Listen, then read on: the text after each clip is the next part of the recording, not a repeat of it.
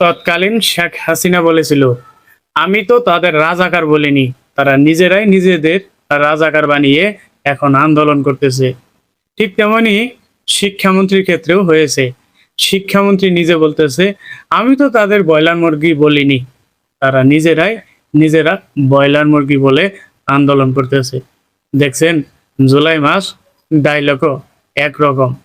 আসলে এই প্রজন্মের ছেলে মেয়েদের আপনারা যদি বোকা ভাবেন, তাহলে আমি বলবো আপনারা ভুল স্বর্গে বাস করছেন। কারণ তারা একটি কথাকে ১০০ ভাবে বিশ্লেষণ করে। আপনি কথাটা কোন অ্যাঙ্গেলে বলেছেন, তারা সবকিছু বিশ্লেষণ করার পরই কিন্তু আন্দোলনে নেমে পড়ে।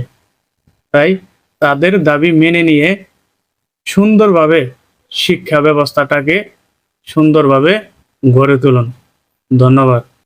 এই ফার্মে মুরগি শিক্ষার্থীদের বলার কথাও কিন্তু এর আগে শেখ হাসিনা বলেছিল। তিনি বলেছিল যে ঢাকা শহরের ছেলেমেয়েরা তো ফার্মের মুরগির মতো হয়ে যাচ্ছে, তারা কোনো খেলাধুলা করে না, তারা কোনো কিছু করে না, শুধু বাসার মধ্যে বসে থাকে আর ফার্মের মুরগির মতো হচ্ছে। তার কথার একটা যুক্তি ছিল, কেননা ছেলেমেয়েরা যেভাবে বড় হচ্ছে তারা কিন্তু কোনো খেলাধুলা করে না। ঢাকা শহরে অনেক মাঠ পড়ে রয়েছে, কিন্তু তারা খেলাধুলা করে না। তারা কি করে? তারা মোবাইল দিয়ে ভিডিও গেম খেলে, ভিডিও গেম। তো এই জন্যই সে এই ট্যাগ লাগিয়ে কথাটা বলেছিল। কিন্তু শিক্ষামন্ত্রী যেভাবে কথাটা বলেছে, এই ক্ষেত্রে কিন্তু শিক্ষার্থীদের গায়ে লেগেছে। আবার এদিকে হাসানাত এবং আসিফ মাহমুদ বলেছেন, এই সকল ব্রয়লার মুরগিরা আন্দোলন করেছিল বলেই আপনারা আজ প্রধানমন্ত্রী এবং শিক্ষামন্ত্রী এবং সংসদ সদস্য হয়েছেন। তারা নিঃস্বার্থভাবে আন্দোলন করেছিল বলেই ফ্যাসিস্ট এই দেশ থেকে পালিয়ে গেছে। আবার এদিকে এনসিপি নেতা নাসির উদ্দিন পাটোয়ারি বলেছে, শিক্ষার্থীদের সাথে টালটি বালটি করা যাবে না, তাদের সাথে কোনো ভোজন করা যাবে না।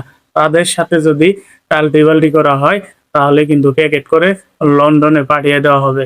লন্ডনে পাঠিয়ে দেওয়া ট্যাগটা তিনি কার উদ্দেশ্যে করেছেন সেটা কিন্তু সবাই বুঝতে পেরেছে।